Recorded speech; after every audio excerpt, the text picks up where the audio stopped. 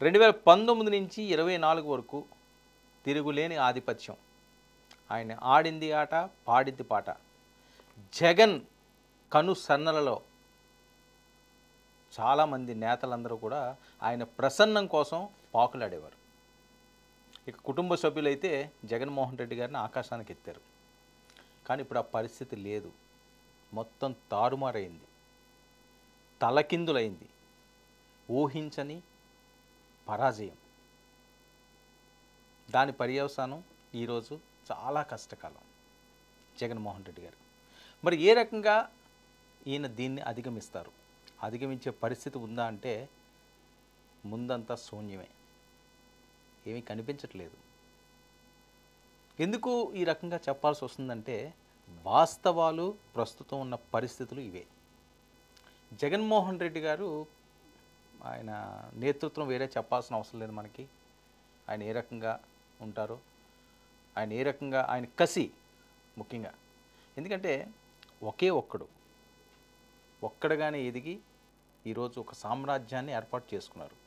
కానీ అది నిలబెట్టుకోలేకపోయారు. పేక మేడలాగా కూల్చుకున్నారు. స్వయం కృతాపరాధమా అంటే అయ్యుండొచ్చేమో అనక తప్పని పరిస్థితి. సో ఈ పరిస్థితుల్లో ప్రస్తుతం ఉన్న నేపథ్యంలో సరే, రాజకీయాలన్న తర్వాత శాశ్వత శత్రువులు, మిత్రులు ఉండరన్నది జగమెరిగిన సత్యం. కానీ జగన్మోహన్ రెడ్డి గారు విషయంలో దానికి ఏమైనా అతీతంగా ఉంటుందా? జగన్మోహన్ రెడ్డి గారిని వదిన వెళ్ళరా అంటే ఎందుకు వెళ్ళరు? వెళ్ళిన పరిస్థితులు ఉన్నాయిగా. 2014 నుంచి 19 వరకు మనం చూసాం. గెలిచిన ఎమ్మెల్యేలే వెళ్ళిపోయారు. జగన్మోహన్ రెడ్డి గారి మీద సింపతి ఉంది. జగన్మోహన్ రెడ్డి గారిని సీఎం చేయాలని ప్రజలు అనుకుంటున్నారు ఖచ్చితంగా. ఆ టైంలో నేను రాష్ట్ర విభజన తర్వాత చెప్తున్నాను. సో అప్పుడున్న పరిస్థితుల్లో చంద్రబాబు నాయుడు గారి వైపే మొగ్గు చూపించారు. చంద్రబాబు నాయుడు గారే గెలాలి అనుకున్నారు. తెలుగుదేశం పార్టీకే ఓటేశారు. అప్పుడున్న పరిస్థితులు బీజేపీ కూడా దేశవ్యాప్తంగా ఫుల్ ఫోర్స్లో ఉంది. మోదీ నామ జపంతో దేశం మారుమోగిపోయింది. అలాంటి టైంలో ఖచ్చితంగా రాష్ట్ర విభజన నేపథ్యం వీళ్ళకే అవకాశం ఇచ్చారు. సక్సెస్ఫుల్గా వాళ్ళు విజయాన్ని సాధించారు. సో తర్వాత పరిస్థితుల్లో కూడా ఆయన గడ్డుకాలమే. జగన్మోహన్ రెడ్డి గారు చాలా ఇబ్బందులు పడ్డాడు. సో అన్ని ఇబ్బందులు పడిన వాళ్ళు, కష్టాలు అనుభవించిన వాళ్ళు, సుఖాలు దక్కిన వెంటనే ఆ కష్టాలని మర్చిపోతే ఫ్యూచర్ ఉండదు. ఇది జగమెరిగిన సత్యం. ఈరోజు చాలామందికి ఏదో నడమంత్రపు సిరి అంటారు. నేను రాజకీయ పరంగా చెప్పట్లేదు. చాలామందికి ఆల్ ఆఫ్ సడన్గా కోట్లాది రూపాయలు వచ్చేస్తాయి. కొంతమందికి, అందరికీ కాదు. చాలా సందర్భాల్లో మనం చూసాం. అనుకోని విధంగా జాక్పట్లు తగులుతుంటాయి, లాటరీలు తగులుతుంటాయి. అసలు ఏమీ లేని వాళ్ళు, పూట గడవని వాళ్ళు, 4 ముద్దలు నోట్లోకి వెళ్ళలేని వాళ్ళు, ఎంతోమంది రాత్రికి రాత్రి కోటీశ్వరులైన సందర్భాలు ఉన్నాయి. ఒక చిన్న స్థాయి నుంచి వచ్చిన వాళ్ళు, చాలా కష్టాలు ఎదుర్కొన్న వాళ్ళు, ఒక స్టార్స్గా ఎదిగిన వాళ్ళు చాలామందిని మనం చూసాం. కానీ అవి నిలబడాలి అంటే గతాన్ని మనం మర్చిపోకూడదు. ఎప్పుడూ కూడా మనం నడిచిన నడవడిక మన మార్గదర్శకంగా ముందుకు సాగాలి. అంతేగాని సరే నిన్నటి వరకు కూడా మనం సామాన్యంగా ఉండి ఒక్క రోజులో మనకేదో అధికారమనో వేరేదనో వస్తే గతాన్ని మనం మర్చిపోయి ఇలా కాలు రెగరేసుకొని తిరుగుతాము అంటే ప్రజాస్వామ్యంలో ఎవరు దాన్ని హర్షించరు. అది కొంతమందికే వర్కౌట్ అవుతుంది. సో అది లాంగ్ రన్ నిలబడవు. ఇవి నడమంత్రపు సిరి అంటారు. లాంగ్ రన్ ఏవి కూడా నించోవు. కానీ గతంలో తను ఏదైతే కష్టపడ్డాడో ఆ కష్టాన్ని జీవితకాలం గుర్తుంచుకుని అడుగులు వేసినవాడు ఉత్తముడు. ఖచ్చితంగా వాళ్ళకి సక్సెస్ లభిస్తుంది. సక్సెస్ వాళ్ళ వైపే చూస్తుంది, వాళ్ళనే తలుపు తడుతుంది. ఎంతోమందిని మనం ఎగ్జాంపుల్స్గా తీసుకోవచ్చు. సింపుల్గా చిరంజీవి గారు బ్యాక్గ్రౌండ్ ఉన్నాయండి. చిరంజీవి గారు వచ్చిన నేపథ్యం ఏంటి? చాలా సామాన్యమైన జీవితం. ఒక కానిస్టేబుల్ కుమారుడి కింద ఆయన జన్మించాడు. చాలా కష్టాలు పడ్డాడు. మహామహులు ఎన్టీఆర్ గారు, నాగేశ్వరరావు గారు, కృష్ణ గారు, శోభన్ బాబు గారు మామూలు నటుల వాళ్ళందరూని. సో సామాజిక వర్గ పరంగా కూడా ఈయనకంత సపోర్ట్ లేదు. అలాంటి టైంలో వచ్చి ఒక్కడిగా నిలబడి ఈరోజు మహావృక్షాన్ని ఏర్పాటు చేసుకున్నాడు. సినీ పరిశ్రమలో మెగా ఫ్యామిలీ లేకపోతే సినిమా లేదా అన్నట్టుగా తయారైంది ఈరోజు.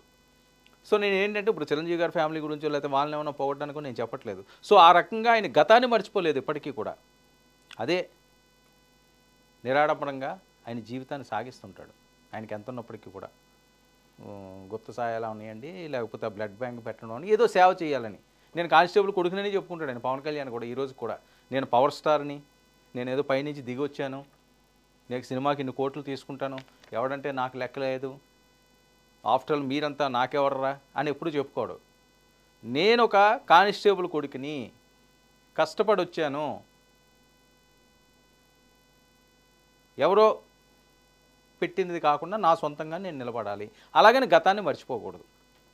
చాలామంది వాళ్ళు ఒక్కడే కాదు కదా, ఎన్టీ రామారావు గారు అలా కష్టపడి వచ్చిన ఆయనే, నాగేశ్వరరావు గారు అలా కష్టపడి వచ్చిన వాళ్ళే. నేను సినిమా వాళ్ళ గురించి ఎందుకు చెప్తున్నాను అంటే ఎగ్జాంపుల్ క్లియర్గా అర్థం అవుతుంది కాబట్టి, వాళ్ళందరికీ తెలిసిన వాళ్ళు కాబట్టి. తెలియని వాళ్ళ గురించి మనం ఎక్కడో అమెరికాలో ఉన్న వాళ్ళనో లేకపోతే ఆఫ్రికాలో ఉన్న వాళ్ళనో మన ఎగ్జాంపుల్ తీసుకొస్తే చాలామందికి అర్థం కాదు. అర్థమయ్యే భాషలో తెలుగు ప్రజలకు అర్థం కావాలని మాత్రమే ఆ ఎగ్జాంపుల్స్ నేను తీసుకురావడం జరిగింది. సో ఈ నేపథ్యంలో గతాన్ని మర్చిపోకూడదు. ఆయన అంత కష్టపడి వచ్చి జగన్మోహన్ రెడ్డి గారు పదవి వచ్చిన తర్వాత దాన్ని నిలబెట్టుకోలేకపోవడం అన్నది ఆయనకు శాపంగా ఈరోజు మారింది.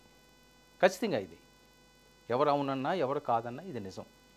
సో ఈ పరిస్థితుల్లో మరి సొంత వాళ్ళ చుట్టూ ఉన్నారా అంటే లేని దుస్థితి కూడా. ఒకప్పుడు కష్టం వేరు, వైఎస్ రాజశేఖర రెడ్డి గారు చనిపోయినప్పుడు పరిస్థితి వేరు. అప్పుడు పరిస్థితులు చాలా ఇబ్బందికరంగా ఉన్నాయి.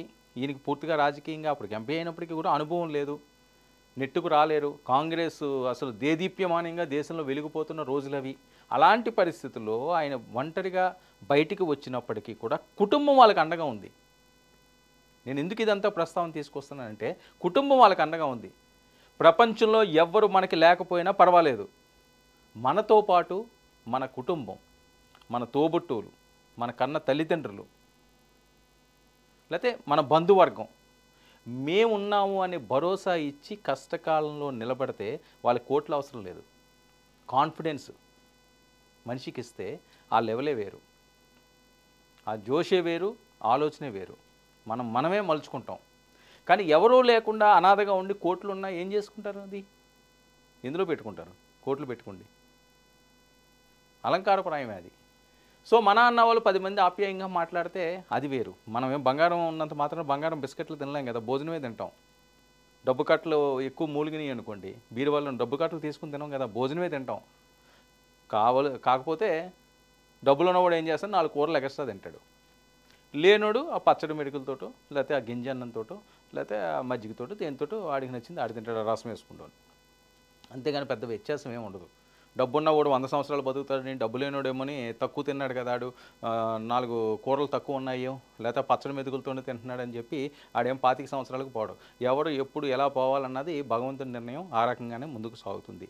నీకున్నదని నీకు ఎక్స్ట్రా ఏమి ఉండదు, లేదు అని ఉండదు. అంటే నీకు కొద్ది విలాసంగా నువ్వు బతకగలవు, అదొకటే.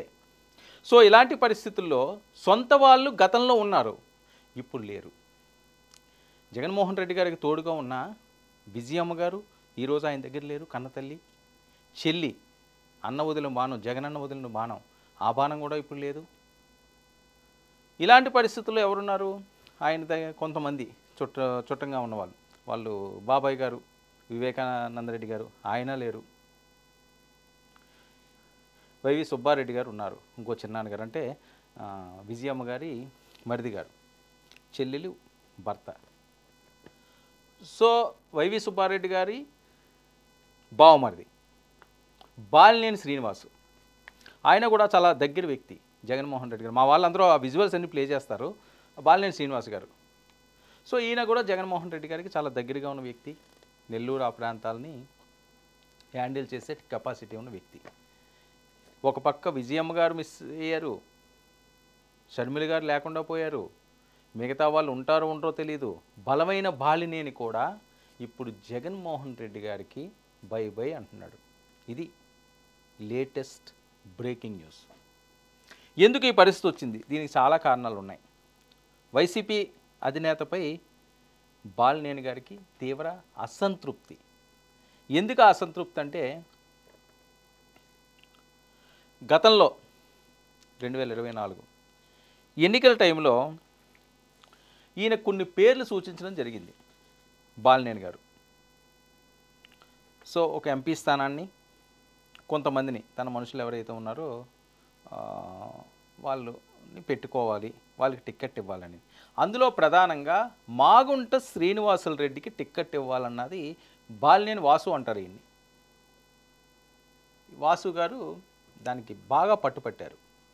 అయితే జగన్మోహన్ రెడ్డి గారు దానిపై అంత మక్కువ చూపించలేదు మాగుంట శ్రీనివాసులు రెడ్డికి టిక్కెట్ ఇవ్వడానికి. అప్పటి నుంచి మొదలైనవి వీళ్ళిద్దరి మధ్యన. సరే ఆ గ్యాప్ అంటే పూర్తిగా రాలేదు. అయితే ఎన్నికల సమయంలో మళ్ళీ జగన్మోహన్ రెడ్డి గారు బాలినేని గారితోటో లేకపోతే సుబ్బారెడ్డి గారితోటో, వాళ్ళ బావగారే కాబట్టి బాలినేని గారి బావగారు, వాళ్ళు అందరూ ఏదో బుజ్జగించారు, ఆయన తీసుకొచ్చారు, పార్టీలో పెట్టారు. సో మరి అది కొనసాగిందా అంటే రిజల్ట్ చూస్తే అర్థమైపోతుంది. దారుణమైన ఓటమి. కళలో కూడా వైసీపీలో ఏ ఒక్క నాయకుడు ఊహించనటువంటి ఘోర పరాజయం. 11 మందికే పరిమితమయ్యారు. ఎక్స్ట్రా ప్లేయర్ కూడా లేని టీం అయిపోయిందంటూ ప్రతిపక్షాలు విమర్శలు చేస్తున్నాయి. మరి ఇలాంటి సమయంలో అండగా నిలబడిసిన వాళ్ళందరూ కూడా ఎక్కడున్నారయ్యా అంటే కనుచూపు మేరలో కనిపించట్లేదు. సెర్చ్ లైట్లు వేసినా దొరకట్లేదు. కొంతమంది అజ్ఞాతంలోకి వెళ్ళిపోయారంటారు, కొంతమంది విదేశాలకి పారిపోయారంటారు. ఇలాంటి సమయంలో మరి దగ్గరగా ఉన్నవాళ్ళు జగన్మోహన్ రెడ్డి గారికి ఇప్పుడు ఎవరున్నారండి? భారతీ గారి వాళ్ళ ఫ్యామిలీ ఏమన్నా దగ్గర ఉంటే ఉండాలి. అవినాష్ రెడ్డి, భారతీ గారు ఇలాంటి వాళ్ళు ఉన్నారు తప్పించి ఈ మిగతా వాళ్ళు పెద్దగా అయితే వాళ్ళ దగ్గర ఉన్న దాఖలాలు లేవు. ఉన్నా సరే ఉన్నామా అన్నట్లుగానే. ఇప్పుడు ఉండి కూడా చేయలేని పరిస్థితి. వాళ్ళు ఏం చేస్తారు? ఇంక ఇప్పుడు ఏం చేయలేని పరిస్థితి. 11 సీట్లకే పరిమితమైంది. ఆ 11లో ఎంతమంది ఉంటారో తెలియదు, ఎంతమంది జంప్ అయిపోతారో తెలియదు. డబల్ డిజిట్ నుంచి సింగిల్ డిజిట్కి ఏ సమయాన్నన్నా రావచ్చు. మరి ఇలాంటి టైంలో కీలకంగా సొంత కుటుంబ సభ్యులే ఆయన్ని వదిలి వెళ్ళడం అన్నది జగన్మోహన్ రెడ్డి గారికి ఊహించినటువంటి దెబ్బ, ఊహించినటువంటి షాక్. మరి దీన్ని ఏ రకంగా ఆయన వీళ్ళని లాలిస్తారో, బుజ్జగిస్తారో, ఉంచుతారో తెలియదు. కానీ బాలినేని వాసు శ్రీనివాస్ గారు జనసేన కండువా కప్పుకోవడానికి సర్వం సిద్ధమయ్యింది. దీనికి సంబంధించి ఆల్రెడీ పవన్ కళ్యాణ్ గారితో ఈయన మంతనాలు కూడా జరిపారు. ఒక కీలక వ్యక్తి ఇది నడిపించారు. ఎందుకంటే బాలినేని శ్రీనివాస్ గారి అంశం చూసుకుంటే,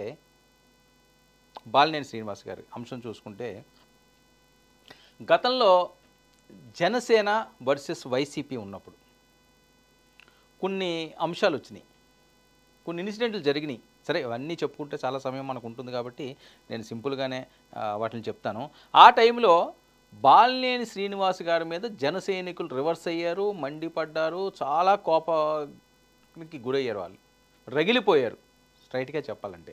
సో అలాంటి టైంలో కూడా కొన్ని కేసులు అవి ఉంటే జనసేన వాళ్ళ మీద కేసులు పెట్టొద్దు, జనసేన వాళ్ళని వదిలేయండి అని చెప్పి ఆయన జనసేనకు సానుభూతిగా ఆయన మాట్లాడిన తీరు, బాలినేని గారి మీద కూడా మీరు వెళ్ళొద్దని చెప్పి పవన్ కళ్యాణ్ గారు చెప్పిన వేరు. ఎందుకంటే బాలినేని గారి వ్యక్తిత్వం వేరు. ఆయన అందరితో తల్లో నాలికలో ఉండే వ్యక్తి, అందరిలోని కూడా దూచుకుపోతున్న వ్యక్తి. పార్టీలకి పక్కన పెడితే, గెలిపోవటంలో పక్కన పెడితే బాలినేని గారికి కొద్దిగా మంచి పేరు ఉంది నెల్లూరు ఆ ప్రాంతంలోని. వైఎస్ఆర్సీపీ జగన్మోహన్ రెడ్డి గారు ఇవన్నీ వదిలితే కష్టం అంటే ఆదుకుంటాడు, మన కళ్ళ ముందు ఉంటాడు, గట్టిగా పని చేస్తాడు, మంచి నాయకుడు, పేరున్న నాయకుడు. ఇది కూడా పవన్ కళ్యాణ్ గారికి ఇష్టం బాలినేని గారి మీద. వ్యక్తిగతంగా బాలినేని గారిని ఆయన ఎప్పుడూ దూషించలేదు, పవన్ కళ్యాణ్ గారిని బాలినేని గారు దూషించలేదు. జగన్మోహన్ రెడ్డి గారు మాట్లాడారు తప్ప పవన్ కళ్యాణ్ గారి మీద నీవు 3 పిల్లలు, ఈయనకేమీ అసలు ప్రజాస్వామ్యం మీద విలువ లేదు, వివాహ సంబంధాల మీద అసలు ఆయనకి ఖాతరే లేదు, ఏదో పార్టీలు మార్చినట్టుగా పిల్లలను మారుస్తాడు, ఇది అది అని చాలా దారుణంగా మాట్లాడారు. సీఎం స్థాయి వ్యక్తి ఈ రకంగా మాట్లాడకూడదు. చాలాసార్లు చాలామంది చెప్పారు. మరి ఆయన చెవుల దాకా అవి వెళ్ళినాయో లేవో తెలియదు కానీ మీడియాలో కూడా చాలామంది తప్పు అని చెప్పారు. తప్పు అని చెప్తారండి ప్రజాస్వామ్యంలోని. సీఎం అయితే భయపడతారా ఎవరన్నా? సీఎం అయితే మన ఇష్టం వచ్చినట్టు మాట్లాడుకోవడం అన్నది అది వాళ్ళ వరకు కూడా ఆ పవర్ ఉంటే ఉండొచ్చు, కానీ సామాన్యుడికి అది అవసరం లేదు. వాక్ స్వాతంత్ర హక్కు ఉన్నదని చెప్పి ఇష్టం వచ్చినట్లుగా మాట్లాడితే, లేకపోతే నాకు హోదా ఉన్నదని చెప్పి ఇష్టం వచ్చినట్టుగా మాట్లాడితే ప్రజలు హర్షించరు. ప్రజాస్వామ్యంలో ఉన్నప్పుడు ప్రజల మద్దతుతో ఎన్నికల్లో పోటీ చేసే వ్యక్తులందరూ కూడా జాగృతతో మెలగాలి, ఆచితూచి అడుగులు వేయాలి. ఈరోజు మనకు పవర్ వచ్చింది కదా, 5 సంవత్సరాలు మన ఎవడో పీకలేడరా అని చెప్పి ఇష్టం వచ్చినట్లుగా చెలరేగిపోతే 5 సంవత్సరాల తర్వాత పీక అవతలు పడేస్తారు. 5 సంవత్సరాలు మిమ్మల్ని ఎవరో పీకలేకపోవచ్చు. ఎవరైనా సరే, అది బీజేపీ అవనియండి, కాంగ్రెస్ అవనియండి, జనసేన అవనియండి, వైఎస్ఆర్సీపీ అవనండి, తెలుగుదేశం పార్టీ అవనండి, ఇంకో పార్టీ అవనండి, ఇంకో పార్టీ అవనండి, అందరు పార్టీలు అన్ని పార్టీ నేతలకి చెప్పేది, మీకు అధికారం ఉన్నంత వరకు మిమ్మల్ని ఎవడో పీకలేడు. అధికారం పోతే మీ వైపు ఎప్పుడో చూడడం, పీక్ అవతల పడేస్తారు. ఇక మీకు చెప్పుకోవడానికి కూడా ఏం మిగలదు. ఆ స్టేజ్కి దిగజారిపోతారు. అలా ఎందుకు తెచ్చుకోవాలి? పార్టీలు శాశ్వతం కాదు. ఈరోజు ఏ పార్టీలోనూ ఉండొచ్చు, రేపు ఇంకో పార్టీలోకి వెళ్ళొచ్చు. రాజకీయాలు మీకు నచ్చినట్టుగా చేసుకోండి, మీ ఇష్టం వచ్చిన పార్టీల్లోకి వెళ్ళండి, పదవులు అనుభవించండి, కానీ ప్రజలకు మంచి చేయండి. అంతేగాని ఓట్లు అడిగినంత వరకు కూడా ఒక రకంగా ఉంటాం, ఓట్లు అడిగిన తర్వాత ఎక్కి తొక్కుతాము అంటే ఎంతకాలం భరిస్తారు? ఎంతకాలం ఎవరు భరిస్తారు? భరించరు. కానీ భరించినట్టు నటిస్తారు, ఎందుకంటే మీకు అధికారం ఉంది కాబట్టి. ఎవడన్నా మనం రోడ్డు మీద వెళ్తున్నప్పుడు ఏదైనా చిన్న ఇన్సిడెంట్ జరిగిందనుకోండి, ఫర్ ఎగ్జాంపుల్ పోలీసుడు ఆపుతాడు. ఆపిన వెంటనే వీడు ఎలాంటి వాడన్నా సరే నటిస్తాడు ఆడి దగ్గర. ఆడ తప్పు అవనియండి, అవ్వపోనియండి, ఏం చేస్తాడు ఆ నిమిషం వరకు కూడా, ఎందుకులే ఇక్కడి నుంచి పోతే గొడవ వదిలిపోద్ది కదా, లేకపోతే మళ్ళీ ఏదో ఫైన్ అంటాడు, ఏదో రాస్తాడు, మళ్ళీ అదేందుకులే మనకి హోలు అనుకుంటే ఆ నిమిషాన్ని నటిస్తారు. సార్ ఏదో తప్పు అయిపోయింది సార్ ఇదని. అదంతా యాక్టింగ్. పోలీసు డ్రెస్ మీద, కాకి డ్రెస్ మీద అపారమైన గౌరవం ఉండి, అమ్మో మీరు చాలా గొప్ప వ్యక్తులండి అని కాదు, 100కి 90 మంది నటిస్తారు. ఇది అంతే. మీకు అధికారం ఉన్నంతసేపు మీ దగ్గరికి వచ్చిన కార్యకర్త అవనియండి, లేకపోతే వాడి కష్టం కోసం మీతో చెప్పుకోవడానికి వచ్చిన వాడు అవనియండి, ఏ వ్యక్తి అయినా సరే మీతో నటించే మాట్లాడతారు. మీరు మంచిగా ఉన్నారనుకోండి, నెత్తిని పెట్టుకుంటారు. తేడా వచ్చింది అంటే అప్పుడేమీ చెప్పడాడు, ఇది ఒకటి ఇస్తాడు కదా, ఇంకెక్కడ పెట్టేస్తారు, 5 సంవత్సరాలకు ఒకసారి వస్తుంది, అది చూపిస్తాడు అక్కడ. అస్త్రాన్ని ఇంకెవడో కూడా ఆపలేడు అది. సో మీ జీవితం, మీ భవిష్యత్తు, మీ కలలు ఒక్కసారిగా తిరగపడతాయి. అదే జరుగుతుంది ఏ పార్టీకైనా సరే. సో అధికారం ఉన్నంతసేపు విచ్చలవిడిగా వెళదామని చూస్తే, మనకు నచ్చినట్టుగా చెలరేగిపోదామని చూస్తే చాలా కష్టాలు తప్పవు. ఇది రాజకీయ చరిత్ర చెబుతున్న సత్యాలు. ఈరోజు మీరు వస్తేనే రాజకీయాలు రాలేదు, ఇప్పుడు ఏ పార్టీ వాళ్ళు ఉన్నా సరే, మీరే రాజకీయాలను పుట్టించలేదు, మీరే ఎన్నికలను కనుగొనలేదు, మీ పార్టీలే స్వాతంత్రం వచ్చిన దగ్గర నుంచి కూడా లేవు. ఎన్నో పార్టీలు వస్తుంటాయి, పోతుంటాయి, గెలుస్తుంటారు, ఓడుతుంటారు. కాంగ్రెస్ పార్టీ పరిస్థితి ఏంటి? అసలు బీజేపీ ఎక్కడుంది? 3 సీట్లతో మొదలైన బీజేపీ ఈరోజు హ్యాట్రిక్ కొట్టింది, 3 సార్లు దేశాన్ని వెళ్తున్నదంటే ఎవడన్నా ఊహించారా? తలకిందులు అయితే ఇంకంతే. ఒక్కసారి తారుమారు అయ్యింది అంటే మళ్ళీ మీ వైపు చూడడానికి చాలా టైం పడుతుంది. ఎగ్జాంపుల్ కాంగ్రెస్ పార్టీ ఆంధ్రప్రదేశ్లో ఆ పార్టీకి పట్టిన గతి. ప్రజలు ఒకసారి కాదనుకుంటే కన్నెత్తి చూడరు, అటువైపు కన్నెత్తి చూడరు. కాంగ్రెస్ పార్టీకి కంచుకోట ఆంధ్రప్రదేశ్. ఈరోజు పరిస్థితి ఏంటి? ఆంధ్రప్రదేశ్లో వార్డు మెంబర్ కూడా గెలలేరు. మన శర్మిల గారు వచ్చారు, పోటీ చేశారు. ఓకే, ఆవిడ గురించి వ్యక్తిగతంగా అనడం అని కాదు, సందర్భం వచ్చింది కాబట్టి నేను ప్రస్తావిస్తున్నాను. సరే, ఆవిడ బాధ ఏదో ఆవిడ పడుతున్నది, వైఎస్ఆర్ గారు కూతురుగా ఆవిడ కష్టాలు ఏదో ఆవిడ పడుతున్నది. సో ప్రజాస్వామ్యంలో అన్ని పార్టీలు ఉండాలి, కానీ ప్రజలు ఆదరించాలి కదా. ఎందుకు ఆదరించలేదు? ఆ రోజు మీరు చేసింది సరే రైటా రాంగా అనుకుందాం, అక్కడ ప్రజలకు నచ్చలేదు, నచ్చకపోతే ఏం చేశారు? తీసి పక్కన పడేశారు. ఇప్పుడు కూడా మీరు కోలుకోలేకపోతున్నారు. అప్పుడు 3వ ఎన్నిక, వార్డు మెంబర్కి వెళ్ళలేకపోతున్నారు. ఎక్కడ కాంగ్రెస్ పార్టీ, ఎక్కడ కాంగ్రెస్ ప్రస్థానం? సో అదే పరిస్థితి కదా. 175 సీట్లకి ఎలక్షన్ ముందు రోజు కూడా, కౌంటింగ్ ముందు రోజు కూడా వై నాట్ 175 సింగిల్ సింహం. మేము సింహాలమే, మేము సింగిల్, వై నాట్ 175 కుప్పంతో సహా మొత్తం ఓట్ చేస్తామన్నారు. ఏం జరిగింది? అలాగే చంద్రబాబు నాయుడు గారు కూడా 2019లో అన్నారు, సమస్య లేదు, పసుపు కుంకుమ ఇచ్చేసాం మనం, మహిళలందరూ కూడా క్యూల్లో కట్టి నాకు ఓట్లు వేసేస్తారు అని. ఇచ్చారా? ఇవ్వలేదే. 151 సీట్లు ఇచ్చారు జగన్మోహన్ రెడ్డి గారికి. చాలా అద్భుతమైన విజయం. అక్కడి వరకు ఊరుకున్నారా? ఎలక్షన్ టైంలో ఒకటి కాదు కదండి, మీరు చేసిన తప్పులు ఒకటి కాదు, చాలా ఉన్నాయి. సరే, అదే తప్పులు ఈరోజు కూటమి ప్రభుత్వం చేసినా మళ్ళీ మొదలవుతుంది. 4 సంవత్సరాలు ఏముంటుంది, మీరు చెప్పినట్లుగా ఇలా తిప్పితే వచ్చేస్తుంది అంటారు. ఇది గడియారం ముళ్ళు తిప్పినట్టు. 4 సంవత్సరాలు అంటే చాలా విలువైన కాలం అది. సరే, ఓకే, ఎన్నికలు వస్తాయి, ఆగిపోవు, రోజులు కదులుతాయి. ఈరోజు రోజులు చాలా ఈజీగా వెళ్ళిపోతున్నాయి కాబట్టి అప్పుడే మీరు వచ్చి 100 రోజులు దాటిపోయింది. మీరు కూడా ఒక మంచి పరిపాలన అందిస్తే ఖచ్చితంగా మీకే పట్టం కడతారు. లేదు కక్షపూరితాలు లేకపోతే ప్రతీకారాలు పగలతో రగిలిపోతున్నామంటే రిపీట్ అయిపోద్ది. ఏది ఎక్కడ ఆగదు. ప్రజలు ప్రతీది గమనిస్తారు. సో ఈ పరిస్థితుల్లో బాలినేని గారు వెళ్ళిపోవడం అన్నది జగన్మోహన్ రెడ్డి గారికి చాలా కోలుకోలేని దెబ్బ. ఎందుకంటే బాలినేని లాంటి సొంత కుటుంబ వ్యక్తులు, బయట వాళ్ళు వెళ్ళిపోయారనుకోండి, ఆ జగన్మోహన్ రెడ్డి గారికి పర్సనల్గా ఎవరు టచ్ చేయరు. నీ సొంత కుటుంబం వాళ్ళు నిన్ను వదిలిసిపోతున్నారు అని చెప్పి ఆయన్ని డైరెక్ట్గా హిట్ చేస్తారు. సో బాలినేని గారు చాలా దగ్గరగా ఉన్న వ్యక్తి జగన్మోహన్ రెడ్డి గారికి. ఇప్పుడున్న పరిస్థితుల్లో ఈ కష్టకాలంలో ఆయన రావడానికి కారణాలు ఒకటి, ముందు నేను చెప్పింది మాగుంట శ్రీనివాసులు రెడ్డి గారు. ఆయనకి టిక్కెట్ అంశంలో వీళ్ళిద్దరి మధ్యన చాప కింద నీరులాగా నిరుత్సాహం, అసంతృప్తులు నెమ్మదిగా స్టార్ట్ అయినాయి.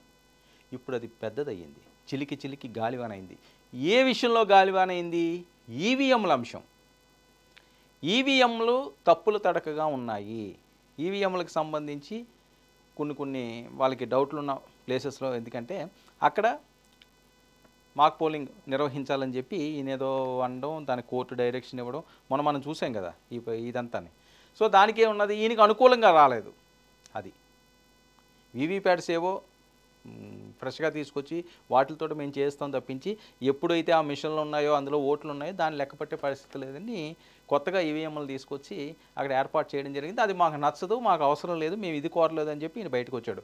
ఈ సమయంలో ఒక ఇష్యూ మీద ఆయన ఫైట్ చేస్తుంటే, కోర్టు తలుపులు తడుతుంటే వైఎస్ఆర్సీపీ నుంచి, ముఖ్యంగా జగన్మోహన్ రెడ్డి గారి నుంచి ఈయనకి సపోర్ట్ రాలేదని బాలినేని శ్రీనివాస్ గారి ఆవేదన ఇది. ఈరోజు జరిగిన ఘటన. నిన్న బాలినేని శ్రీనివాస్ గారిని జగన్మోహన్ రెడ్డి గారు రప్పించారు. ఆయనతో ఈరోజు మాట్లాడతానని చెప్పారు. ఈరోజు ఆయన వెళ్ళాడు. అయితే జిల్లా పార్టీ అధ్యక్ష బాధ్యతలు స్వీకరించాలని చెప్పి బాలినేని శ్రీనివాస్ గారిని జగన్మోహన్ రెడ్డి గారు ఈరోజు ఆదేశించడం జరిగింది. సో అది నాకు అవసరం లేదు, నేను చెయ్యను అని చెప్పి నిర్మోహమాటంగా ముఖం మీదే జగన్మోహన్ రెడ్డి గారికి చెప్పేసి ఆయన హైదరాబాదు తిరుగు ప్రయాణం అయిపోయారు. ఎందుకు అయిపోవాల్సి వచ్చిందంటే, ముందుగా నేను చెప్పిన అంశాలు. ఎన్నికల దగ్గర నుంచి ఇది స్టార్ట్ అయింది, వీళ్ళిద్దరి మధ్యన ఎన్నికల దగ్గర నుంచి సాగుతుంది. ఇప్పుడు అది ఏంటంటే తారాస్థాయికి చేరిపోయింది. సో ఇలాంటి టైంలో ఆయనకున్న ఆప్షన్ ఏంటి? జనసేన.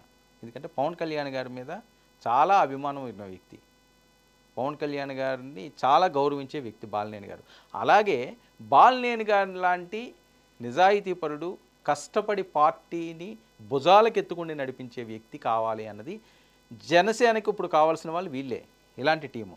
అందుకనే పవన్ కళ్యాణ్ గారు ఆయనకి గ్రీన్ సిగ్నల్ ఇచ్చేయడం కూడా జరిగింది. రేపా ఎల్లుండా జాయిన్ అవ్వడం అన్నట్లుగా మొత్తం మీడియాలో హోరెత్తిస్తున్న అంశం. ఇక ఈ అంశాలు ఎలాగుంటే, ఒక పక్క బాలినేని గారు వెళ్ళిపోయి, మరో పక్క గతంలో మంత్రులు రోజా గారు, కొడాలి నాని గారు, వల్లభనేని వంశీ గారు, ఇలాంటి మహామహులు వైఎస్ఆర్సీపీని తమ భుజస్కంధాల మీద ఎత్తుకుని ఏ అంశం వచ్చినా మీడియా ముందు తనదైన స్టైల్లో రెచ్చిపోయి అసలు ఇరగదీసేసిలా మాట్లాడేసే క్యారెక్టర్లు ఇవి మంత్రులు, గత మంత్రులు. వాళ్ళెవ్వరూ ఇప్పుడు కనుచూపు మేరలా కనిపించట్లేదు. ఒక పక్క వాళ్ళు కనిపించక, ఉన్న సొంత కుటుంబ సభ్యులు వీళ్ళుండక, జగన్మోహన్ రెడ్డి గారు ఏ రకంగా పార్టీని ఇప్పుడు నడిపిస్తారు? చాలామందిలో ఉన్న ప్రశ్న. ఆయన ఏదో తక్కువ చేయాలని కాదు, ఆయన ఏం సామాన్యమైనడు కూడా కాదు, చాలా పట్టుదల ఉన్న వ్యక్తి. ఏదైనా కావాలి అనుకుంటే అది సాధించుకున్న వరకు కూడా నిద్రాహారాలు కూడా మానేస్తారా అన్నట్టుగా ఆ కసి ఉన్న వ్యక్తి. లేకపోతే ఈ స్టేజ్కి ఆయన రాడు. పాదయాత్రలు చేసుకుని 16 నెలలు జైల్లో ఉండి, ఆయన ఎఫిడవిట్లోనే ఉంది 31 కేసులో 33 కేసులో ఉన్నాయని. ఇన్ని ఉన్నా ఎప్పుడు అరెస్ట్ అవుతారో ఎప్పుడు ఏమవుతుందో తెలియకుండా ఇబ్బందికరంగా ఉన్నా వాటిలన్నింటినీ కూడా పట్టించుకోకుండా జైల్లో ఉన్నా సరే రాజకీయం సాగించి ముఖ్యమంత్రి అయిన వ్యక్తి. సో ఆయన అంత ఈజీగా పదవి వదులుకుంటాడు అనుకో. కానీ మొన్న జరిగిన తప్పులు మళ్ళీ చేస్తారా అంటే, ఒకసారి తప్పు జరిగిన తర్వాత మనం ఒక బైక్ మీద వెళ్తున్నాం, లేదా కారులో వెళ్తున్నాం, ఒక యాక్సిడెంట్ జరిగింది. సో సివియర్గా కాకపోయినా చిన్న జరిగిన బైక్ ఏదో చిన్న దెబ్బ తగిలింది అనుకున్నాం. ఎందుకు జరిగింది అన్నది మనకు తెలుస్తుంది కదా. సో మళ్ళీ ఇంకొకసారి ఆ తప్పు చేయకూడదు. అంటే సడన్ బ్రేక్ కొట్టామా, లేకపోతే ఏదన్నా టెక్నికల్ ఇష్యూ వచ్చిందా, అలాంటివి మళ్ళీ రిపీట్ కాకుండా చేసుకుంటాం మనం. ఇప్పుడు నేనన్నా లైవ్లో ఉన్నాను, ఏదో పొరపాటు మాట మాట్లాడాను, ఒక తప్పు దొర్లింది, వెంటనే నేను మర్నాడు సరిదిద్దుకోవాలి కదా. ఆ మరుసటి రోజు కూడా అదే తప్పు ఆ రకంగానే మాట్లాడరు కదా. సో మరి 2019 నుంచి 24 వరకు వైఎస్ఆర్సీపీలో ఏం జరిగింది అన్నది జగన్మోహన్ రెడ్డి గారికి తెలియకుండా ఉంటుందా? అంటే ఆయన ఓవర్ కాన్ఫిడెన్స్ ఈరోజు ముంచేసింది, 11కి పరిమితం చేసింది. వైనాట్ 175 నుంచి 11కి తీసుకురావడానికి ఎన్నో ఎన్నో ఎన్నో ఎన్నో కారణాలు ఉన్నాయి. ఒకటి, నోరు మంచిదైతే ఊరు మంచిదవుతుంది. నేను చాలాసార్లు చెప్పాను. ఆ నోటి దురద, నోటి దూల వీళ్ళను ముంచేసింది. పచ్చిగా చెప్పాలంటే ఇలాంటి మాటలు మాట్లాడడం అన్నది నాకు అస్సలు నచ్చదు, కానీ తప్పదు. ఎందుకంటే వాళ్ళు మాట్లాడిన మాటలు అంత దారుణమైన మాటలు, బూతులు. కొడాలి నాని గారు రోజా గారు విజువల్స్ ఉంటాయి, అదిగో చూడండి. కొడాలి నాని గారు, రోజా గారు వాళ్ళు మాట్లాడిన మాటలు ఏంటండి? ఏ రకంగా మాట్లాడేవాళ్ళు? ఒకరిని పప్పు అంటారు, ఇంకొకరినేమో ఇంకోటి అంటారు, ఇంకోటి అంటారు. లోకేష్ గారిని కానీ, చంద్రబాబు నాయుడు గారిని కానీ, పవన్ కళ్యాణ్ గారిని కానీ ఎంత దారుణంగా మాట్లాడాలో, అసలు ఎంత మాట్లాడకూడదో, ఏమి మాట్లాడకూడదో అవన్నీ వీళ్ళు మాట్లాడేశారు. కొత్తగా మాటలు వచ్చిన వాళ్ళు పిల్లలు ఏం చేస్తారంటే, ఆడు తప్పో రైటింగ్ ఆడికి తెలియదు, ఏదోటి అలా మాట్లాడేస్తూనే ఉంటాడు. అప్పుడు మనం ఏం చేస్తాం? పేరెంట్స్గా ఉండి, నాన్న ఇది తప్పు, ఇది కాదమ్మా, ఇలా మాట్లాడాలమ్మా, ఇలా అనాలమ్మా, ఇలా గౌరవం ఇవ్వాలమ్మా అని చెప్తాం. చెప్పకపోతే ఏం చేస్తాడు? ఇంకా అదే కంటిన్యూ చేస్తాడు. రేపు చీ అంటారు జనాల్లోకి వెళ్ళినప్పుడు. ఎవడ కొడుకు రేయుడు, యూస్లెస్ ఫెలోలా ఉన్నాడు, వాళ్ళ అమ్మ బాబు వీడికి ఏమీ నేర్పలేదా అంటారు. అనరా? మనం చూడలేదా? ఎవడ పిల్లడు రాడు ఇలా మాట్లాడుతున్నాడు, వాడికి అసలు బుద్ధి జ్ఞానం లేదా, పెంచిన వాళ్ళకి బుద్ధి జ్ఞానం లేదా అని చీ అంటారు ఎవడు చిన్నపిల్ల మాట్లాడినా. అలాంటిది ఒక మంత్రి స్థాయి వ్యక్తులు, పార్టీకి మెయిన్ పిల్లర్స్గా ఉన్న వ్యక్తులు వీళ్ళు. ఓకే, విజయసాయిరెడ్డి గారు వీళ్ళందరూ ఒక ఎత్తు అయితే, ఆ తర్వాత క్యాడర్లో వీళ్ళే కదా. ఏ అంశం వచ్చినా సరే బయటకు వచ్చి మాట్లాడేవాళ్ళు. మరి అది ఎంత జాగ్రత్తగా మాట్లాడాలి? చంద్రబాబు నాయుడు గారికి అది వయసుకు కూడా విలువ ఇవ్వలేదు వీళ్ళు.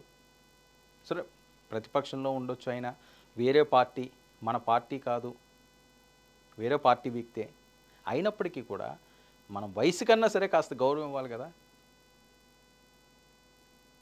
ఆ ఇవ్వకపోవడం ఎందుకు? ఆ నోటి దురద తీర్చుకోవడం ఎందుకు? ఈరోజు కనిపించకుండా పోవడం ఎందుకు?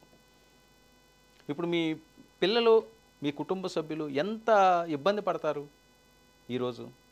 మీరా ఫ్రీగా ఉండలేరు, అలాగని చెప్పి ఫ్రీగా తిరగలేరు. ఎక్కడ తిరుగుతారు? ఎక్కడికో విదేశాలకు వెళ్ళి తిరుగుతారు. ఎంతకాలం తిరుగుతారు? ఉన్న ఊరు కన్నతల్లిని వదులుకుండి ఎంతకాలం అని పరిగెడతారు? పరిగెట్టే పరిస్థితి లేదు కదా. మరొక వైపు అలాగ పరిగెడదాం అనుకున్నా, ఎక్కడికో వెళ్ళిపోయి మనకి ఆస్తులు ఉన్నాయి కదా, హ్యాపీగా ఎంజాయ్ చేద్దాం అనుకున్నా, 4 సంవత్సరాలు 3 సంవత్సరాలు కేసులు వదులుతాయా? అమ్మో వీళ్ళు ఏం కేసు పెట్టారు, దేని మీద ఇన్వెస్టిగేషన్ నడుస్తున్నది? గతంలో మనం ఏమైనా తప్పులు చేసామా? ఆ తప్పులన్నీ ఒకవేళ తెలిసినవి చేశారని నేను చెప్పట్లేదు, చేశారని వాళ్ళు చెప్తున్నారు. ఇప్పుడు కూటమి పార్టీ వాళ్ళు చెప్తున్నారు చాలా తప్పులు ఉన్నాయి, క్షమించరాని తప్పులు ఉన్నాయి, కోట్లు కొట్టేశారు, 100 కోట్లు కొట్టేశారు, ఎట్టి పరిస్థితుల్లోనే వాళ్ళని ఉపేక్షించం. సిఐడి రంగంలోకి దిగింది, ఏసీబీ రంగంలోకి దిగింది, అవసరమైతే సిబిఐని రంగంలోకి దింపుతాం, వదిలే ప్రసక్తే లేదు, అందరినీ తీసుకెళ్ళి ఎత్తేస్తాం అని చెప్పి డైరెక్ట్గా వాళ్ళే మాట్లాడుతున్నారు. ఈ దుస్థితి ఎందుకు వచ్చింది? ఈ పరిస్థితి ఎందుకు తెచ్చుకోవాలి? మనం స్వయంకృతాపరాధం కాదా? ఎంతోమంది ఉండగా వైఎస్ఆర్సీపీలోని కొంతమంది పేర్లు ఎందుకు వస్తాయి? పేరు నాని గారు, కొడాలి నాని గారు, వల్లభనేని వంశీ, ఈవిడ రోజా, అంబటి రాంబాబు గారు, జోగి రమేష్, వీళ్ళ పేర్లు ఎందుకు వస్తాయండి? ఎందుకు రావాలి? 175 నియోజకవర్గాలు కదా, 175 మంది ఇన్ఛార్జీలు ఉంటారు కదా, 25 ఎంపీ స్థానాలు కదా, 25 మంది ఇన్ఛార్జీలు ఉంటారు కదా, కొన్ని లక్షల మంది వైఎస్ఆర్సీపీ ఫాలోవర్స్ ఉంటారు కదా, వైఎస్ఆర్సీపీ కార్యకర్తలు ఉంటారు కదా. మరి 10 మందో 15 మందో పేర్లు ఎందుకు వస్తున్నాయి? ఎందుకు రావాలి? మిగతా వాళ్ళు ఎందుకు రావట్లేదు? అంటే వాళ్ళకి నోరులు లేవా? వాళ్ళకి మాట్లాడడం చేత కదా? లేకపోతే వాళ్ళకి బూతులు నేర్చుకోలేదా? లేకపోతే బూతులు తెలియదా? మీకేమైనా స్పెషల్ యూనివర్సిటీలో ఏమైనా డిగ్రీ తీసుకుంటూ వచ్చారా బూతు మాటలు మాట్లాడడానికి, ఇష్టం వచ్చినట్లుగా తిట్టడానికి? అది టీడీపీ వాళ్ళైనా, జనసేన అయినా, బీజేపీ అయినా, కాంగ్రెస్ అయినా, ఏ పార్టీ అయినా, తెలుగుదేశం పార్టీలో కూడా 3, 4, 5 వాళ్ళే టార్గెట్ గతంలో కూడా. జనసేనకి సంబంధించి వాళ్ళు ఇంకా ఏం పవర్లోకి రాలేదు కాబట్టి వాళ్ళు పెద్దగా అంటే ఇబ్బంది పెట్టారు, పెట్టకపోవడం ఏం కాదు, వాళ్ళని ఆడుకున్నారు, మామూలుగా కేసులు పెట్టలేదు. వాళ్ళు అసలు మనుషుల్లాగే చూడలేదు కదా, ఎలా మర్చిపోతారు వాళ్ళు? జనసేన నాయకులను కానీ, ఆ పార్టీ అధ్యక్షుని కానీ మీరు ఒక రాజకీయ పార్టీగా కానీ, ఒక రాజకీయ నాయకులుగా కానీ ఏ రోజన్నా చూసారా? ఏ రోజు చూడలేదు. ఇష్టం వచ్చినట్లుగా చెలరేగి మాట్లాడారు. ఎంపీటీసీకి పనికిరాడు, సర్పంచ్కి పనికిరాడు, జడ్పీటీసీకి పనికిరాడు, వార్డు మెంబర్ కూడా పవన్ కళ్యాణ్కి వెళ్ళలేడని 2019లో ఆయన ఓడిపోయినప్పుడు ఇష్టం వచ్చినట్లుగా మాట్లాడారు. ఈరోజు మాట్లాడే పరిస్థితి ఉంటుందా? అక్కడ ఎక్కి కూర్చున్నాడు ఆయన డిప్యూటీ సీఎంగా. ఇప్పుడుగా నోరు జారితే ఆయన ఇంతకుముందు ఫైర్గా మాట్లాడాడు, ఇప్పుడు కొద్దిగా ఆయన తగ్గించుకున్నాడు, ఋషి అయిపోయినట్లుగా ఆయన చాలా కామ్ అయిపోయాడు. ఒకప్పుడు పవన్ కళ్యాణ్ గారు వేరు, ఇప్పుడు పవన్ కళ్యాణ్ గారు వేరు, తగ్గాడు. ఎక్కడ నెగ్గాలో కాదు ఎక్కడ తగ్గాలో తెలిసినోడే అస్సలు సిస్సలైన మగాడు. మగాడు మీన్స్ మగాడు అవ్వచ్చు, లేకపోతే స్త్రీ అవ్వచ్చు. ఆ సినిమా డైలాగ్ని తూచా తప్పకుండా పాటిస్తున్న పవన్ కళ్యాణ్ ఈరోజు అత్తారింటికి దారేదిలో డైలాగ్ అది. ఆ డైలాగ్ ఇప్పుడు ఆయన ఆచరణలోకి తీసుకొచ్చుకున్నాడు, తగ్గుతున్నాడు. ఆయన ఎక్కడ నెగ్గాలో అన్నది ఆయనకి తెలిసిపోయింది, నెగ్గాడు. మామూలుగా నెగ్గలేదు, 100% స్ట్రైక్ రేట్తో నెగ్గాడు. సో ఇప్పుడు ఎక్కడ తగ్గాలో తెలుసుకున్నాడు, ఆయన తగ్గుతున్నాడు. తగ్గుతున్నాడు. మీరు గమనించండి. ఒకప్పుడు పవన్ కళ్యాణ్ గారు ఆవేశం, ఆ కోపం, ఆ స్పీడు లేదు ఇప్పుడు. అంటే బాధ్యత పెంచుకున్నాడు ఆయన. ఒక నిత్య విద్యార్థిలా రాజకీయాలు వైపు అడుగులు వేస్తున్నాడు. ఒక విద్యార్థి దశని పూర్తి చేయాలని చూస్తున్నాడు ఆయన. ఒక స్టూడెంట్లా, ఒక బుద్ధిమంతుడైన స్టూడెంట్లా,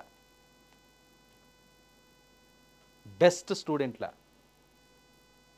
ఒక్క మాట మాట్లాడట్లేదు. ఎవరైనా మాట్లాడినా వార్నింగ్లు ఇస్తున్నాడు ఆయనకి, ఎమ్మెల్యేలతో సహా.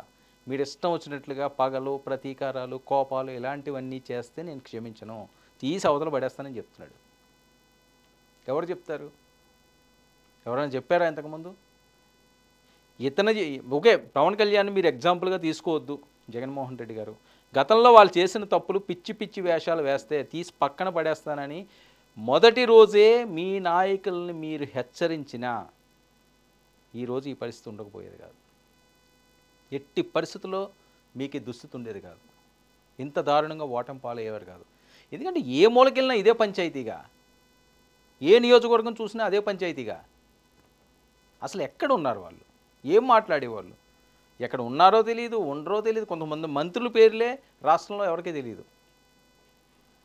సో ఇవన్నీ మీకు తెలుస్తాయి. ఇప్పుడు మీరు రిపోర్ట్స్ తెప్పించుకుంటూ ఉంటారు. నేనేం కొత్తగా చెప్పనవసరం లేదు, మీకు తెలియదని అనుకోవద్దు. వైఎస్ఆర్సీపీ వాళ్ళు ఇది బాధ అనిపించవచ్చు, కానీ వాస్తవాలు అవే కదా. వాళ్ళ మనస్సాక్షికి కూడా తెలుసు ఎక్కడెక్కడ తప్పులు జరిగినాయో, ఎవరి వల్ల ఈరోజు ఈ చేటు వచ్చింది, ఎవరి వల్ల ఇంత దారుణమైన ఓటమి వచ్చిందన్నది వాళ్ళకి తెలుసు. కానీ పైకి చెప్పలేరు. ఏమని చెప్తారు? తమ తప్పులు తాము తెలుసుకుంటే చాలా విజ్ఞుల కింద ఉంటారు, కానీ తప్పులు తెలుసుకోరు. మేమే గొప్పలం అనుకుంటారు. అదే కోవకి చెందిన వాళ్ళు వీళ్ళందరూని. రోజా గారు కానీ, నాని గారు కానీ. అంటే వీళ్ళు ఓడిపోరు అనుకున్నారు. ప్రధానంగా ఏంటంటే ఇది శాశ్వతం, ఐఎస్ఏ స్టాంప్ పడిపోయింది మన మీద, మన ఎవడో టచ్ చేయలేడు, మన నియోజకవర్గాల్లో ఇంక మనకు శాశ్వతం, మనమే మంత్రులమి, మనదే ప్రభుత్వం, మనం ఆడిందే ఆట, పాడిందే పాట. ఆడిందే ఆట అంటే నాకు మరొక అంశం గుర్తుకొచ్చింది రోజా గారిది. ఆడదాం ఆంధ్ర. ఆడదాం ఆంధ్రాలో పరిస్థితి ఏంటి? ఈరోజు 100 కోట్ల స్కామ్ అంటున్నారు.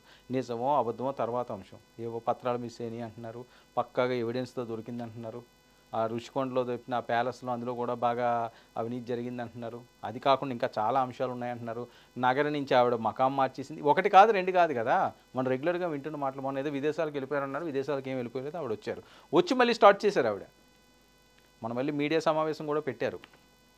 సరే పెట్టొచ్చండి, గెలిచినా ఓడిపోయినా మీరు మీటింగులు పెట్టొచ్చు, మాట్లాడొచ్చు, ప్రభుత్వానికి సూచనలు సలహాలు ఇవ్వచ్చు మీ అనుభవంతో. కానీ విమర్శల వరకే ఫలితం పరిమితి పెట్టుకుంటే మీరు ఫలితాలు ఈ రకంగానే ఉంటాయి. విమర్శల వరకే అన్నది దాన్ని కొద్దిగా పక్కన పెట్టండి. విమర్శించండి, సూచనప్రాయంగా విమర్శించండి. విమర్శించాలని విమర్శిస్తే అది మీకే తిరుపు కొడుతుంది. మీ నియోజకవర్గం కాదు నగరి, కొడాలి నాని గారిది కొడాలి నాని నియోజకవర్గం అవును కాదు అనుకుందాం. మీరు మంత్రులు కదా, ఆంధ్రప్రదేశ్ రాష్ట్ర మంత్రివర్యులు కదా మీరు. ఒక నియోజకవర్గానికి మీరు ఎలా పరిమితం అవుతారు? ఆ నియోజకవర్గ వాసులు మిమ్మల్ని ఎన్నుకున్నారు, మీరు గెలిచారు. కానీ ఆ నియోజకవర్గానికి మీరు మంత్రి కాదు, రాష్ట్ర మంత్రి. మరి రాష్ట్ర మంత్రికి ఈరోజు మంత్రి పదవి లేకపోతే ప్రజల్లోకి వచ్చి వాళ్ళ సమస్యలకి మీ వంతు సహాయం చేయాల్సిన అవసరం లేదా? మీ వంతు భరోసా ఇవ్వాల్సిన అవసరం లేదా?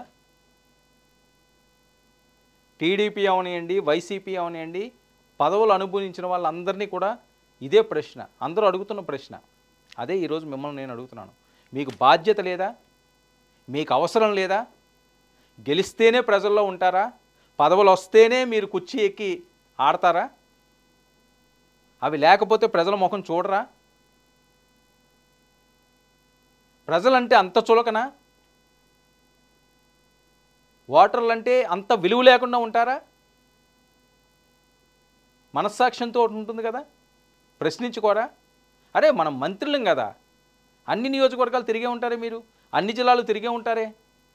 మీకు పక్క ప్రాంతాలు కదా, గుడివాడ నుంచి ఇప్పుడు జరుగుతున్న బెజవాడలో జరుగుతున్న విధ్వంసం, వరద ముప్పు మీకు అవసరం లేదా? అదే బెజవాడలో మీరు మకాంలు పెట్టలేదా? రోజా గారు కానీ లేకపోతే ఇంకొకరు కానీ ఎందుకు మీరు ప్రజల్లోకి రావట్లేదు? ఎందుకు సహాయం చేయలేకపోతున్నారు? మీకేమీ ఆస్తులు లేవా? ఆర్థికంగా బలంగా లేరా? కష్టకాలంలో ఉన్నారా? జీతం వస్తేనే కానీ బతకలేని దుస్థితుల్లో ఉన్నారా?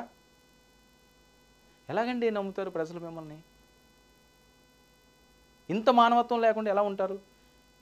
మళ్ళీ నేను చెప్తున్నాను, ఇది రోజా గారి కోసమో, కొడాలి నాని గారి కోసమో, వంశీ గారి కోసమో కాదు. ఏ రాజకీయ నాయకుడైనా, రాష్ట్రంలో ఉన్న ఏ రాజకీయ నాయకులన్నా, పదవులు అనుభవించిన వాళ్ళు, ఆర్థికంగా బలపడిన వాళ్ళు, రాజకీయాల్ని అడ్డు పెట్టుకుని ఇండస్ట్రీలు అవి పెట్టుకుని ఈరోజు కోట్లకు పడగలెత్తిన వాళ్ళు,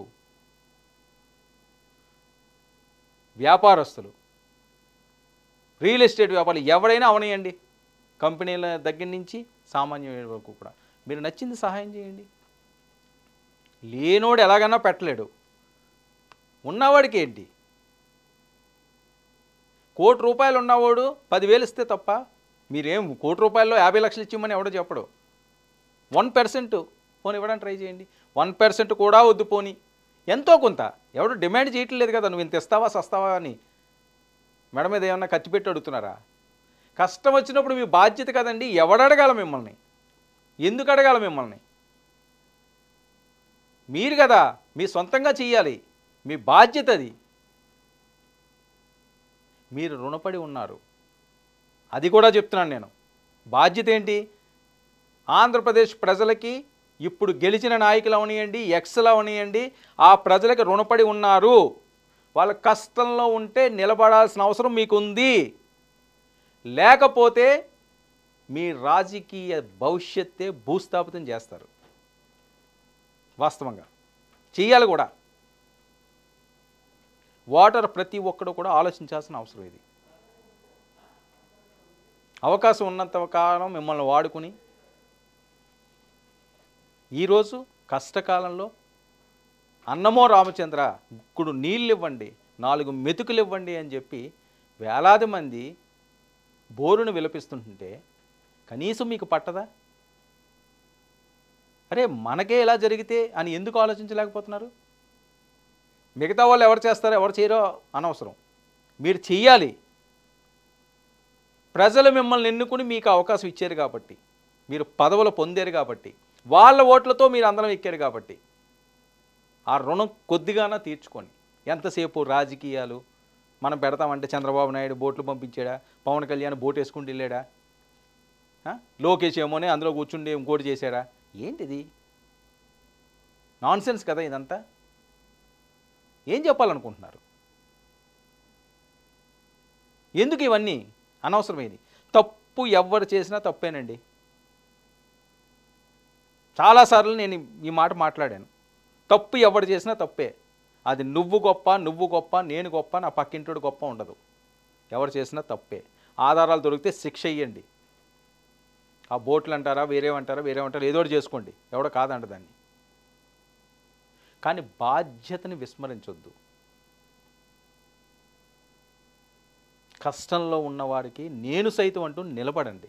అది జీవితాంతం అంతా మిమ్మల్ని గుండెలో పెట్టి చూసుకుంటారు ఎవరన్నా సరే. మీకు తాహతం మించి ఎవరు కూడా చేయొద్దు. మీకు లేకపోతే మీరు ఎవరు కూడా చేయొద్దు. కానీ అవకాశం ఉండి కూడా స్వార్థం చూసుకోవడం అన్నది మంచిది కాదు. అది ఇప్పటికీ ఎవరన్నా సరే మిమ్మల్ని మంచి అంటారా? ఓకే, మీ పార్టీ శ్రేణులు అంటారేమో తప్పించి ఎవరు అనరు. ఎందుకంటారు? మీకు ఒక స్టాంప్ వేసేసారు. బూతుల మంత్రి అని ఒకరు, అల్లదే అని ఒకరు, ఇదని ఒకరు. అవన్నీ నేను ఏదో జర్నలిస్ట్గా నేను కొన్ని మాట్లాడడానికి కూడా నాకు ఇష్టం లేదు. ఎలాంటి ట్రోల్ అయినాయి మీ మీద? ఎందుకు అది తెచ్చుకోవడం? ఏం సాధించారు? 5 సంవత్సరాలతో అయిపోయింది కదా. మిగతా 5 సంవత్సరాలు వస్తుందో రాదో తెలియదు కదా. ఈ 5 సంవత్సరాలు మీరు ప్రశాంతంగా ఉంటారో ఉండరో తెలియదు కదా. అరెస్టులు అవుతారో అవరో అర్థం కాని పరిస్థితి కదా. బిక్కుమంటూ ప్రతిరోజు టెన్షన్. ఇదే మీరు సాధించుకుంది. ఎందుకు? అప్పుడు చేసిన తప్పులే కదా.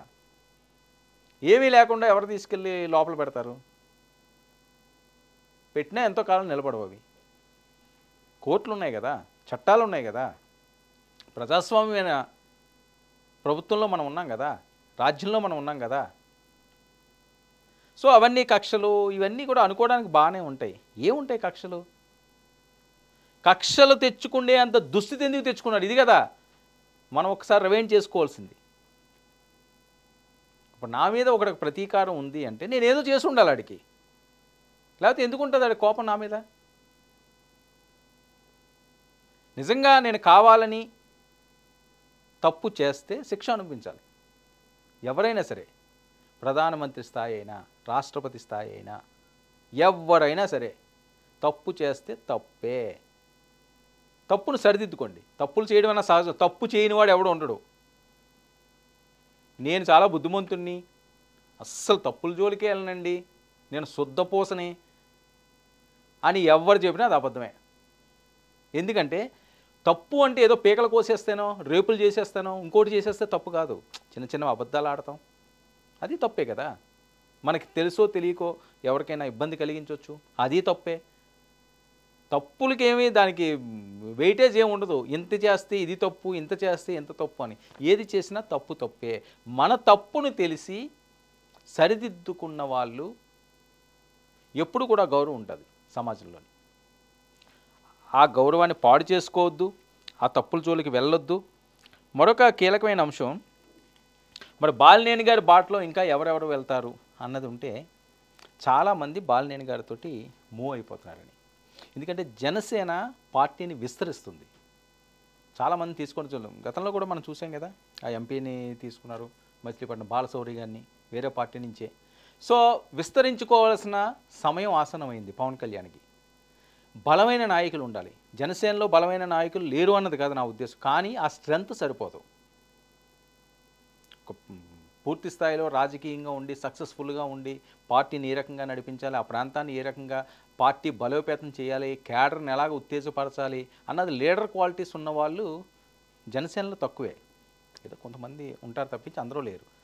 కానీ 175 నియోజకవర్గాలు బలంగా పార్టీని గ్రౌండ్ లెవెల్లో విస్తరిస్తేనే ప్రజాస్వామ్యంలో నిలబడగలరు రేపు ఎన్నికల సమరంలో. సరే, ఎప్పుడు ఎల్లకాలం పొత్తులు ఉంటాయా ఉండవా అన్నది వాళ్ళ ఇష్టం, అది మనం చెప్పలేము. ఎవరు చెప్పగలరు? పవన్ కళ్యాణ్ గారు చెప్పలేదు, చంద్రబాబు నాయుడు గారు చెప్పలేదు, ఇంకొకరు కూడా చెప్పలేదు, మోదీ గారు కూడా చెప్పలేదు. ఎవరు చెప్తారు? ఎప్పుడు ఎలా వస్తుందో తెలియదు. కానీ ఎవరి పార్టీ వాళ్ళని బలోపేతం చేసుకోవాలా. ఇప్పుడు మోడీ బీజేపీతో ఎన్డీఏ కూటమిలో మేము ఉన్నాము, జనసేనతో పొత్తులో ఉన్నామని చెప్పి తెలుగుదేశం పార్టీని నిర్వీర్యం చేసేస్తారా? పార్టీని బలోపేతం చేయకుండా వదిలేస్తారా? ఎవరు వదలరు. సో వాళ్ళకున్న క్యాడరు, వాళ్ళకున్న స్ట్రెంత్ అలా కొనసాగుతూనే ఉండాలి, ఇంకా పెంచుకుంటూ వెళ్ళాలి. ఇప్పుడు నేను ఈ స్థానంలో ఉన్నాను, ఒక రిపోర్టర్ స్థాయి నుంచి బయలుదేరాను అనుకుందాం. Bureau chief, special correspondent, input editor, associate editor, executive editor, ఇప్పుడు ఎడిటర్. ఇంకా నేను ఎదగాలనుకుంటాను, చీఫ్ ఎడిటర్ అవ్వాలి. అంతే కదా, ఇక్కడే ఆగిపోవాలని ఎవరు అనుకుంటారు? పెంచుకోవాలి కదా, మన స్ట్రెంత్ మనం పెంచుకోవాలి, మనకు మనం మేధోమథనం చేసుకోవాలి, ముందుకు సాగాలి. అంతేగాని లేదు నేను అక్కడే రిపోర్టర్లుగా ఉన్నప్పుడు రిపోర్టర్లోనే ఉంటానంటే ఏముంటాం? అక్కడే ఉంటాం. ఎక్కడ వేసిన గొంగలు అంటారు కదా, అదే చందంగా ఉంటారు. ప్రతి ఒక్కరూ ఎదగాలి, ముందుకు సాగాలి, సక్సెస్ఫుల్గా నడాలి, మంచిగా నడాలి. నువ్వు మంచి చేయకపోయినా పర్లేదు, ఎవరికి చెడు అయితే మాత్రం దయచేసి చేయకండి. నోరైతే దయచేసి పారేసుకోకండి. కోపాలు వస్తాయి, ఆవేశం వచ్చినప్పుడు ఆ సందర్భంలో ఆ విధంలో కోపం పడండి. ఎందుకు కోపం ఎవరి మీద పడ్డప్పుడు ప్రతీది కూడా ఏదో కక్షపూరితంగా ఎవరి మీద కోపం చూపించరు. అక్కడ సందర్భం, ఆ పని ఏమైనా మిస్ అవుతుందేమో అని చెప్పి ఒక్కొక్కరు ఒక్కో రకంగా వ్యక్తం చేస్తారు. అది ఎవరి మీద పగ, ప్రతీకారాలు, కసి, కక్షలో ఉన్నట్లు కాదు.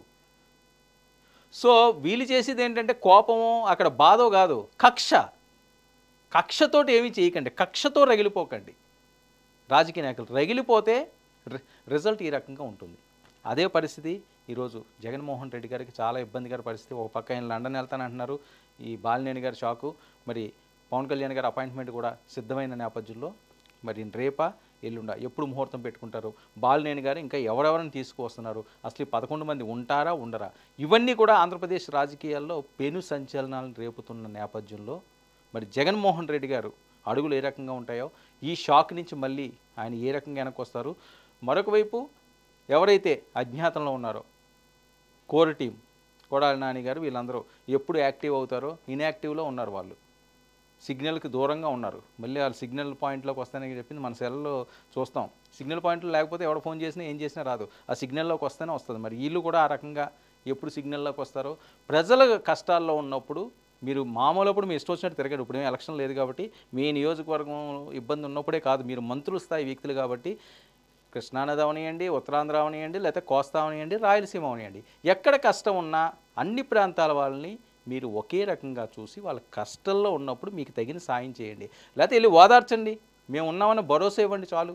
ప్రతి ఒక్కరికి మీరేం పెట్టిన అవసరం లేదు, మీ ఇంట్లో తీసుకొచ్చి భరోసా ఇస్తే అయ్యో నానిగారు వచ్చారా, బాగా మాట్లాడారా, 4 మెతుకులు పెట్టారా, లేకపోతే 4 పొట్లాలు ఇచ్చారా, అది ఎంత ఆనందం అండి. ఒకసారి వెళ్ళి చూడండి. ఇప్పటివరకు మీరు పదవులు చూశారు, కానీ ఈ రకంగా వెళ్ళి ప్రజల సమస్యల్లో మీరు పాలు పిలుచుకుంటే ఆ కిక్కే వేరు. మరి ఆ రకంగా ముందుకు సాగుతారా? వైసీపీ పరిస్థితి ఏంటి?